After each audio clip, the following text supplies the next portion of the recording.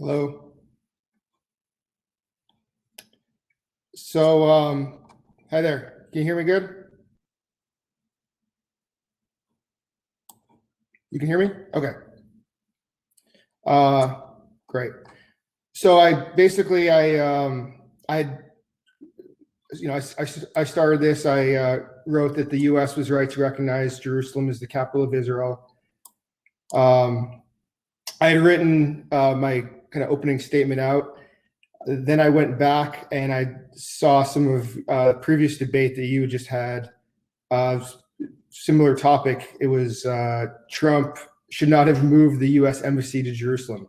So I watched that, and it was interesting that my points were the same, or a lot of the points were the same as the person you were debating.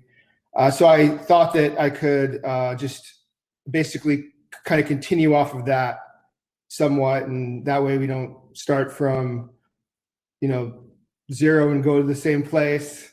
And I would just kind of address some of the points that you had made in that debate, and then I would address, and then you could address points building off of that. Basically, my initial argument for why Jerusalem is the rightful capital of Israel it kind of starts from the historical perspective, which when Trump made his announcement and when Netanyahu talked about it, as you had alluded to, is that they talk about a 3,000-year connection that the Jews have to Israel. And given that connection, that a lot of their, say, moral right to be in the land or for the state of Israel is rooted in that connection. But then your response was that that connection is based off of something written in the Old Testament, and we can't go based on what it says in some old book. We can't say this is the way the world should be today. Let's go back to the way the world was, or they said it was 3,000 years ago.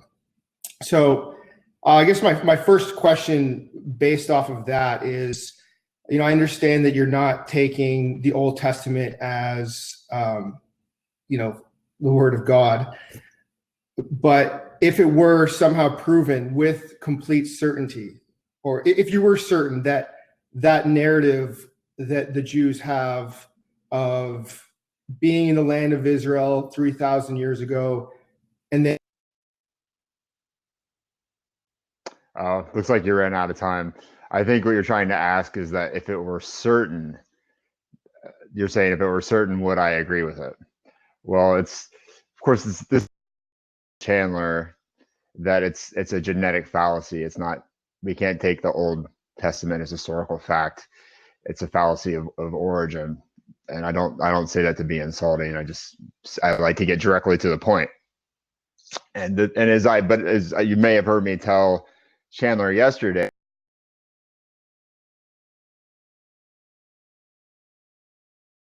they're not sure.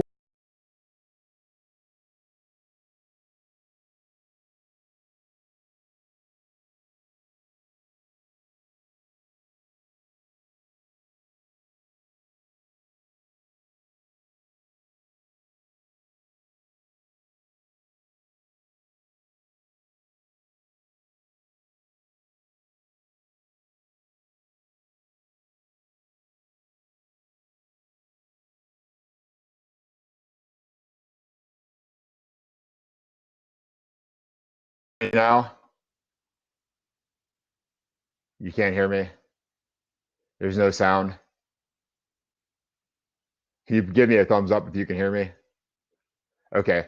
So what I was telling Chandler today and on Monday is that they can't agree where Solomon's Temple was. The archaeologists cannot agree, and they've actually been digging under the Temple Mount or Al-Aqsa Mosque or whatever you want to call that, trying to find Solomon's Temple, and they can't find it.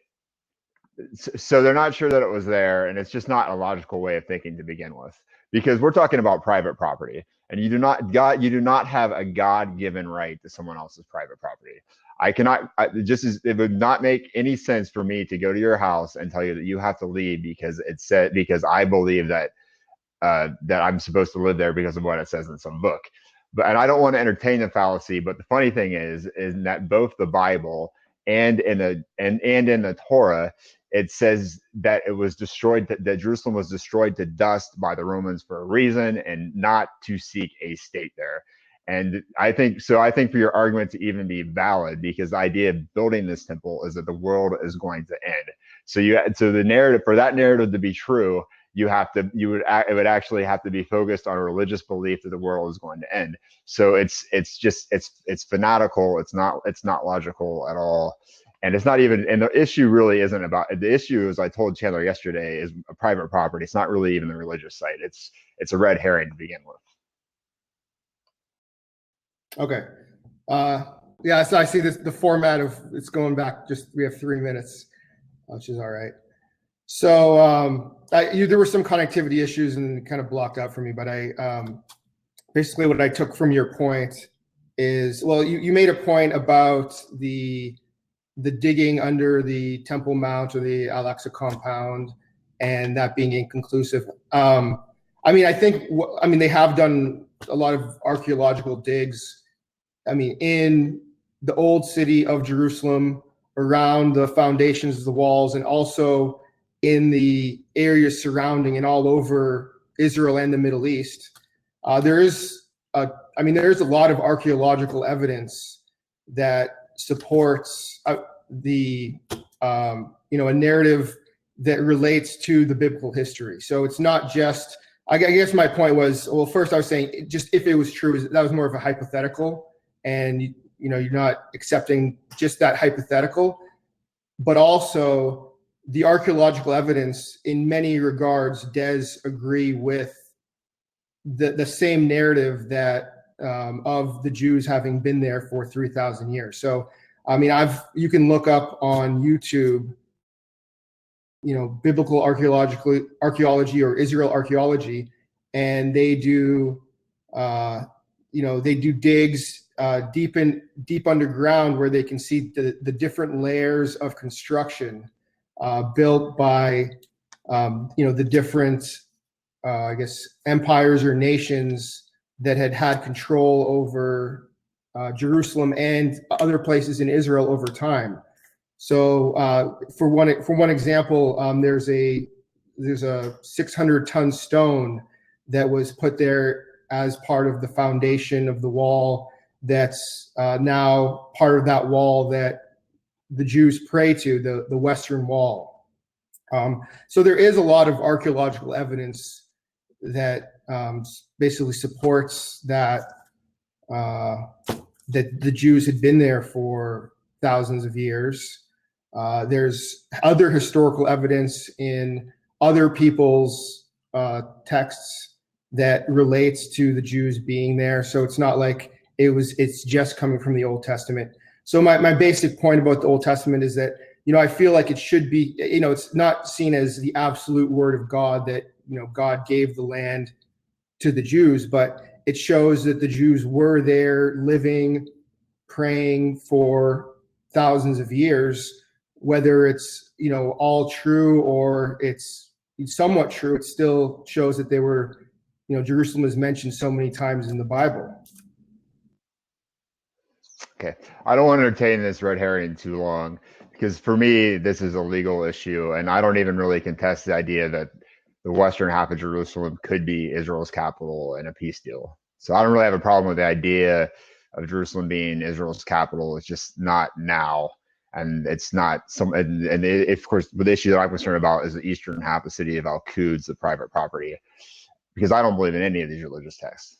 What I'm hearing, but I'll go ahead and answer you. And what I'm hearing is that you're saying there's all this evidence. The only thing that you really pointed to is you said there's this 600-ton stone, and that's actually what the archaeologists are debating themselves.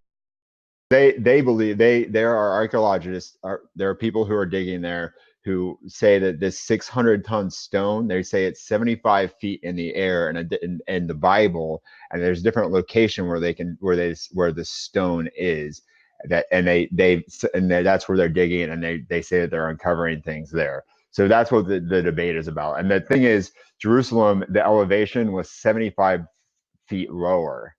So it makes it very hard for that wall, because it would be 75 feet lower to be part of this original compound, and especially if you believe it, because to talk a little bit more about this 600-ton stone, what it says in the Bible is that it's 75 feet in the air, and that there's a different location where that matches that description, and that's where they've been digging. So that's what the debate is about there. But well, of course, what I said in my last speech was that both in the Old Testament and in the Torah, it says that Jerusalem was destroyed by Hadrian for a reason, and not to seek a state there. And that if this temple were to be rebuilt, that would be because part of the world ending. So it's just not a good argument. I mean, it's just a red herring, especially because I'm not even concerned about these religious sites so much as I'm concerned about Eastern Jerusalem and private property, and upholding the Geneva Convention and the legal status and the moral status of that. And that's what the real issue is here, and that's what we.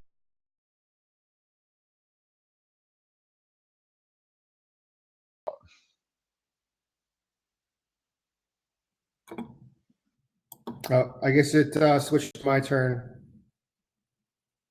Okay. Okay, so I'll just touch on the my final thoughts on the old historical evidence, and then move on to what you're saying with current status in East Jerusalem. Well, I mean, basically, I mean, you know of the Western Stone, as I think is what it's called, 600-ton stone. I mean, I'm not, also, there's all kinds of specifics, so I'm not saying like this was exactly the way it was. Basically, just that the stone is there, it was put there by people, and those people were the Jews who did it. And that's just some of the evidence of why that is. And there's all kinds of other archaeological evidence that we could get into, but there's a lot of information on YouTube and on the internet that you can look up to kind of support that case. But I'll kind of move on to some of the stuff you were talking about earlier. So your concern is mostly with East Jerusalem, and maybe I wish I could switch it over so I could hear more of that specifically. I mean, basically, I'll just lay out my position on East and West, is that also, I mean, historically the city has not been divided east to west. That itself is fairly recent. It was taken in, I mean, the last people before Israel had the whole city of Jerusalem were the Jordanians. Jordan captured East Jerusalem in 1948, and they held it until the 1967 Six-Day War. So I think it's a complex issue, and even when Jordan had East Jerusalem, they were not good stewards of the city. They would not allow Jews to be in their city. It wasn't. It's basically my point for that is that Israel is promoting religious freedom to a higher degree than Jordan did, to a higher degree than was allowed when the British had control of the city, and to a higher degree than when the Ottoman Empire had control of the city for hundreds of years before that. So I'll just leave it at that point and then hear more of what you have to say on that. So the problem with East Jerusalem is upholding the Fourth Geneva Convention. So two rights do not make a wrong here. Because Jordan occupy the eastern half after the 1948 war until 1967 does not mean that Israel has a right to be occupying it for the past 50 years. So let's go back to 1947 when we were supposed to have a peace deal, because this has been going on for not 3,000 years, more like 100 to 300 years at the most, because really it's the history of Zionism, of the idea of creating a Jewish state at our homeland. But that would become another discussion or debate. So the 1947, the UN gives Israel a right to a state, and I'm not disputing that. But the problem here is that Jerusalem is supposed to be an international city. So what happens? This war breaks out. They take the western half, which is Jewish anyway. They take that, and they Arabs are expelled. They're refugees. They never return there, and that was 70 years ago. So that's a problem with the Fort Geneva Convention, because you cannot move your people into a war zone. And that's because of the Holocaust. It's the same idea of like, well, I can't take a painting into a foreign country without all this paperwork that says that I am the rightful owner, that it's my private property, that it's not someone else's private property that was taken as part of the Holocaust or another conflict.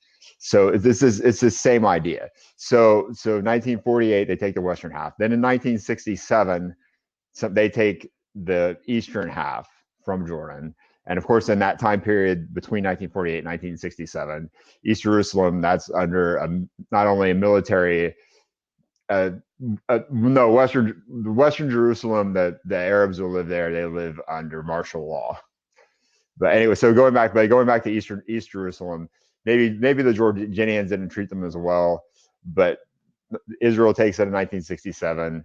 They expel more Arabs. Then they annex it in 1980. They take more of the eastern half. They build their Capitol buildings in the eastern half that they took. The UN condemns them for it. It says it's illegal under this idea that it's supposed to be an international city. And so the discussion since then has been about, well, what about the eastern half? And then geographically, they build settlements all around the eastern half. So the Arabs who live there, they're totally blocked in. They're not Israeli citizens. They can't vote or anything like that. They're not citizens. They just have what's called permanent residency. If they leave there for a year, they can't return. They don't have the same access to sewage and water service. And I only have 10 seconds, but that's a legal issue in a geography. And this, well, I'll just let it run out. Yeah.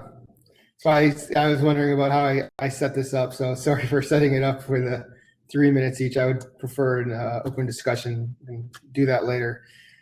Okay, I'll just talk about some of your, well, first, I mean, your narrative where you talk about how there was set up by the UN where Jerusalem was going to be a UN or an international city, and then war broke out in 1947. The first thing I was pointing out is that, you know, the war did break out in 1947, but also the state of Israel was attacked by multiple sides in 1947. So it was largely a defensive war on the part of Israel.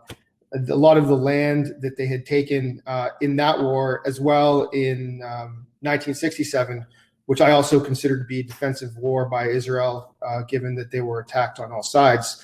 I mean, they did capture land in those conflicts.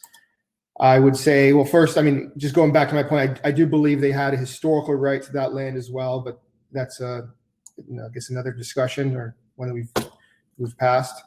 And a lot of the land they take is a defensive position, meaning they have to take certain amounts of land just to maintain the security of the land that they were given by the UN, because the borders that were originally drawn were indefensible. And so there needs to be a consideration of the geographies and what's defensible land for the security of Israel. The UN did not do a great job of partitioning out the land. And I don't think that the idea of a UN-run international city is even probable to work, given that it's never happened before, and the UN doesn't have a great track record with calming down dangerous situations, they would often typically leave. The UN peacekeepers would leave if things got too dangerous. So a UN city doesn't really make sense, or an international city doesn't really make sense. It makes sense as a city of one country. And my point was that that country should rightfully be the country of the Jewish people, which is Israel. Real quick, just you mentioned about refugees, and I do agree that there was maybe 700,000 refugees on the Palestinian side, but there was also refugees from the Arab lands that were surrounding, about the same number that came from those lands and had to go into Israel as well. So that's something that's not really.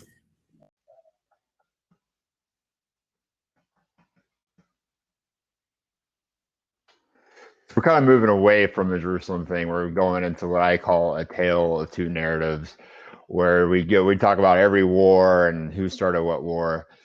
But I think so, and it's really just that there's scientific studies that say it's just a discussion that's pointless and goes nowhere.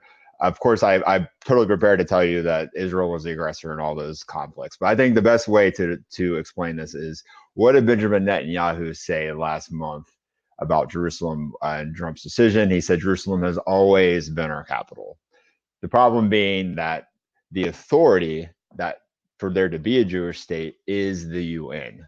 So you're saying thanks, but no thanks. So the authority that's granted here is the UN, and they're saying that it's an international city. Now, I'm not saying that the Western half cannot be their capital, or that it has to be an international city.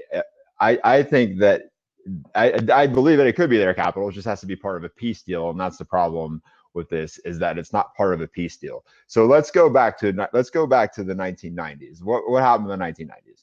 George Bush, because they were going to have the Oslo Accords, they were going to go back to the table. Herbert Walker Bush told the Israelis, you've got to stop building settlements. He put his hand down on the settlements that were being built around East Jerusalem. So what did Bill Clinton do? He ran and said that he will make an undivided, quote unquote, undivided Jerusalem Israel's capital. So that means the eastern half that was being contested, because the western half had been annexed anyway. So we're not talking about the fate of Eastern Jerusalem here. We're just going over a tale of two narratives. And I really find it hard to believe that if you claim that Jerusalem was always your capital, and somehow you were attacked, but you just happened to take the western half, and then somehow you just happened to be attacked and then take the eastern half, but it was always been your capital. And as Ben Shapiro would say, but we took it back in 1967, but he won't debate it. And I don't know, I listened to Ben Shapiro this morning. This is on a side note, just to see what he had to say about this, and how he happened to say the exact same thing that everyone I talked to said about this. And it's not, and he's not, I mean, he's a lawyer, but he's totally ignoring the legal arguments here. So I'm not hearing the legal argument about East Jerusalem. I'm hearing a tale of two narratives. And the best way to describe this is that it cannot always be your capital, and then you were attacked and had to take both sides of it for your security. It just doesn't make sense. It's not a good story. But with 12 seconds, that's all I can say about that. So I'll pass it back. Okay. Let's see a couple of things. So you were talking about Jerusalem having always been the capital, or claimed to always be the capital, and then it was given back by the UN. I think, well, clearly, the UN has passed a lot of resolutions against Israel. So it's not like you can say, well, if we consider what everything the UN says to be law, then if we define that as what's right, then it's not like the UN is that everything has to come from the UN. I mean, the UN was a new global organization that was created not too long before the state of Israel actually was.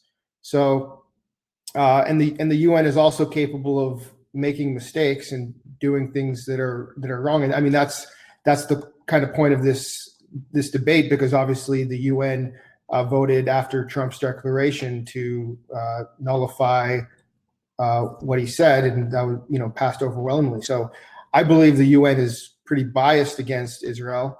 Over 50% of their resolutions are against Israel, meaning there's more resolutions against Israel than there are against all of the other countries in the world. And that's taking into account, how bad situations can be in so many other places, that half of their focus is on Israel. When the Jews say that they've been there for 3,000 years, and then I guess you were saying something about like thanks but no thanks to the UN, they're making a different kind of claim. Like they're saying that by right they have the right to be in Jerusalem. They were exiled by the Roman Empire, and just because they were exiled by the Roman Empire and weren't able to return because there were all of these other successive empires that had taken over the land, after the collapse of the Roman Empire. There were, several other, including many Muslim Arab empires, which is when Muslim Arabs first came to the land of Israel, or Palestine as it was known then. It was about, at first was, 1,300 years ago. So, so definitely, that speaks to the connection that Arabs have to the land as well, which I'm not, not denying or saying it should be purely a Jewish land. But the Jews never had the opportunity to return to the land. It seems like we're just digging further back into this tale of two narratives, which isn't really a discussion about Jerusalem. It's a red herring, and it's just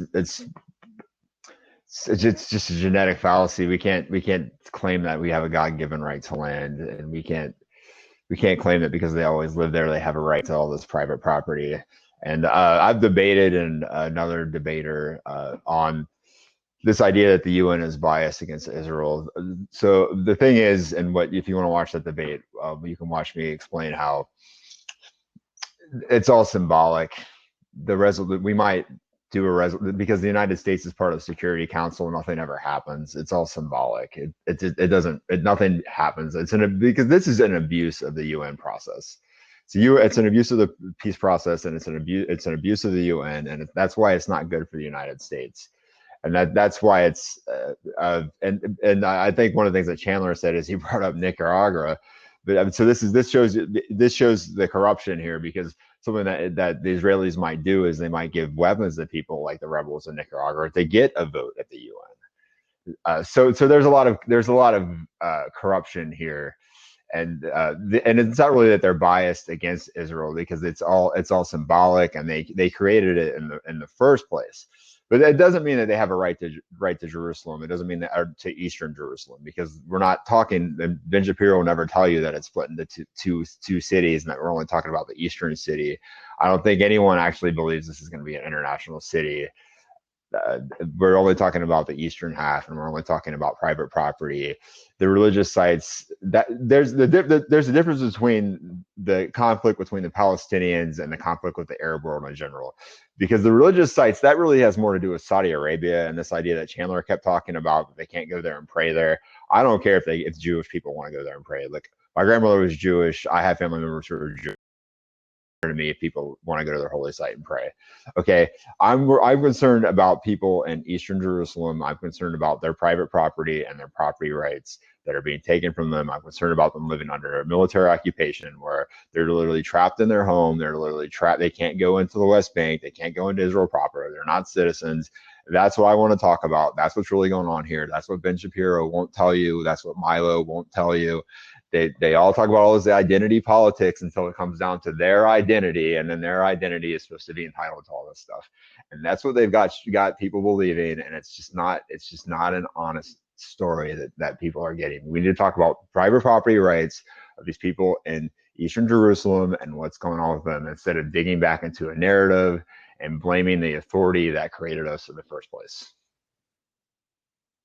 Okay. Well, I was just addressing, the UN, I was just addressing them. I don't think they're should be the ultimate arbiter of, how land is displaced. Historically, you can look at other countries. Jordan was created not too long before that, and actually all of the Middle East was, borders were just drawn up in many ways arbitrarily, and in a lot of ways what would give the powers like France and Britain the most power. That was on the basis that a lot of the borders in the Middle East were drawn up. Just to something else you had said about Nicaragua, I think that the country you're referring to is Guatemala. Maybe they were the other country that decided to move their embassy to Jerusalem as well. So I'm not sure what you were thinking there. I know the other thing you were mentioning is that you don't have a problem that Jews should be able to pray wherever, because as your previous debater had mentioned, is that Jews are not allowed to pray on the Temple Mount, and that's something because the Temple Mount, or the Al-Aqsa Mosque compound to the Muslim Arabs, is administered by a Jordanian-controlled, it's called the Waqf. They don't allow Jews to pray on it.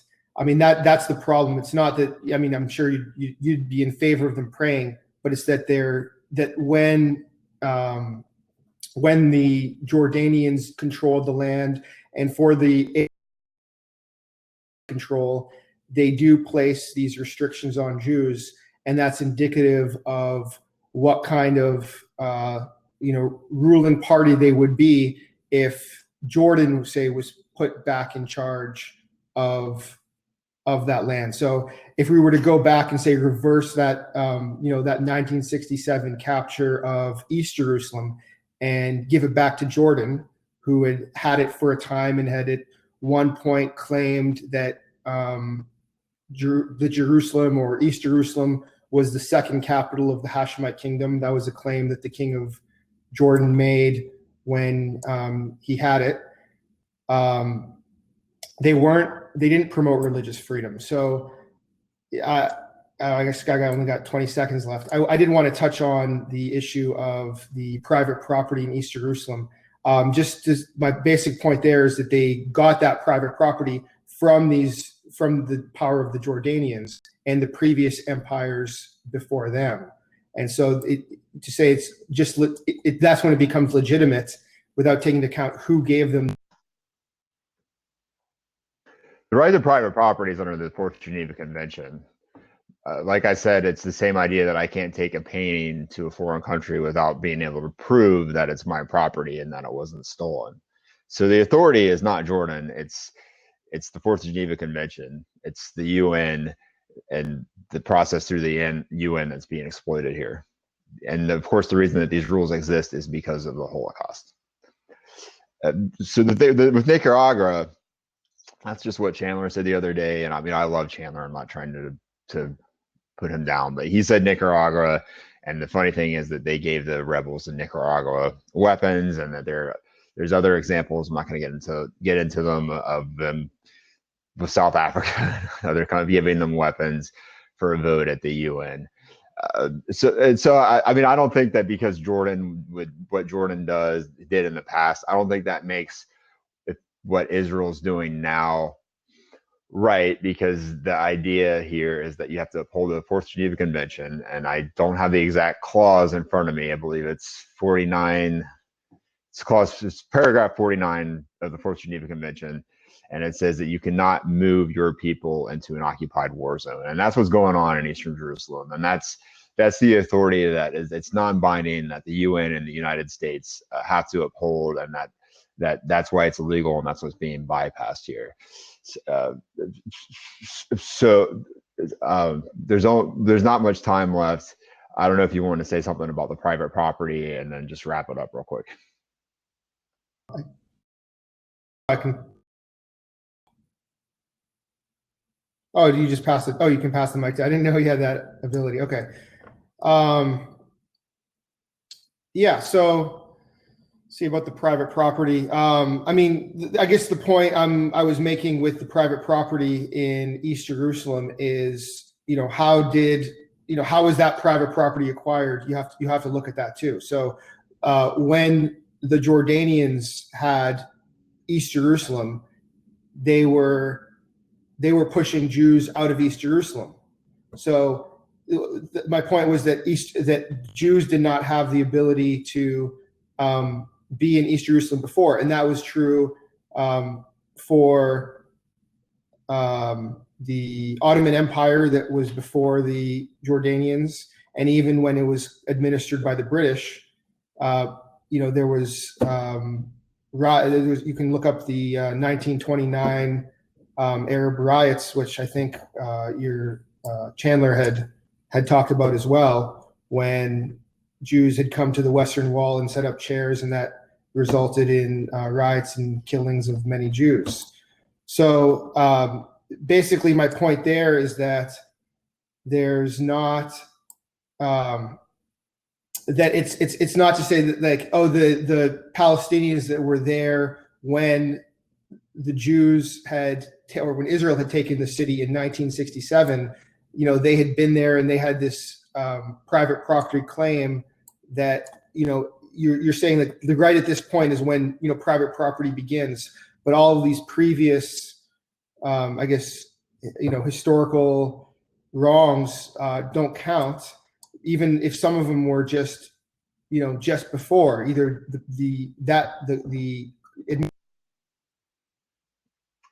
looks like you're out of time. So I have a good amount of time left. I wish I could pass it back to you so you could close and finish, and I'll try to do that, but I can't promise that it's going to happen. But I have plenty of time. The thing, so let me talk about 1947. I think that I'll try to end it on a happy note here. 1947 is a two-state solution, and it's not that it should be. I mean, the law is that it's an international city, and that's part of 1967. But it's a two-state solution that failed.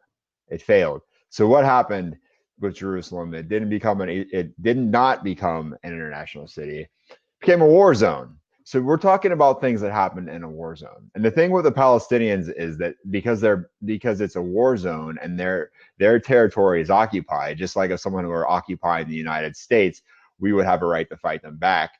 They have that right. It doesn't mean that I condone violence. It doesn't mean that they never did anything wrong. It just means that they're not breaking the law and that Israel is, and that's where this conversation needs to go. So the thing, and we're talking the law that's binding here. It's completely binding. You have no choice. It doesn't matter who you are. You have to follow this law. Is the Fourth Geneva Convention, and that happened in 1949. So this all happens as part of the Holocaust. It happens because of the Second World War. That's how we get here. So that there's rules that are being applied that are being ignored, or they're being applied in one area and not being applied to another area, and that's the problem. And there's no moral right. You do not have a God-given right to someone else's property.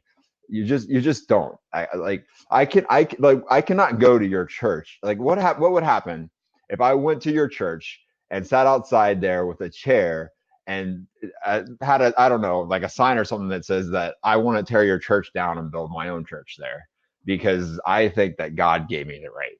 Okay, I really doubt that you or the people who go to your church would appreciate that very much. I imagine they would call the police and they would tell me I was trespassing because it's private property.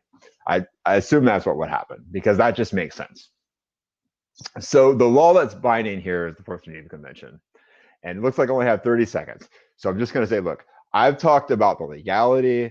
I'm talking about private property rights in Eastern Jerusalem. I'm talking about human rights here. I'm not concerned about the holy sites so much. I think that's a red herring. I'm talking about what's going on now. I'm not talking about what's going on 50, 100, 3,000 years ago. I'm talking about legal binding facts. I'm talking about politics today and not a religious belief. I respect your religious beliefs, but this is a legal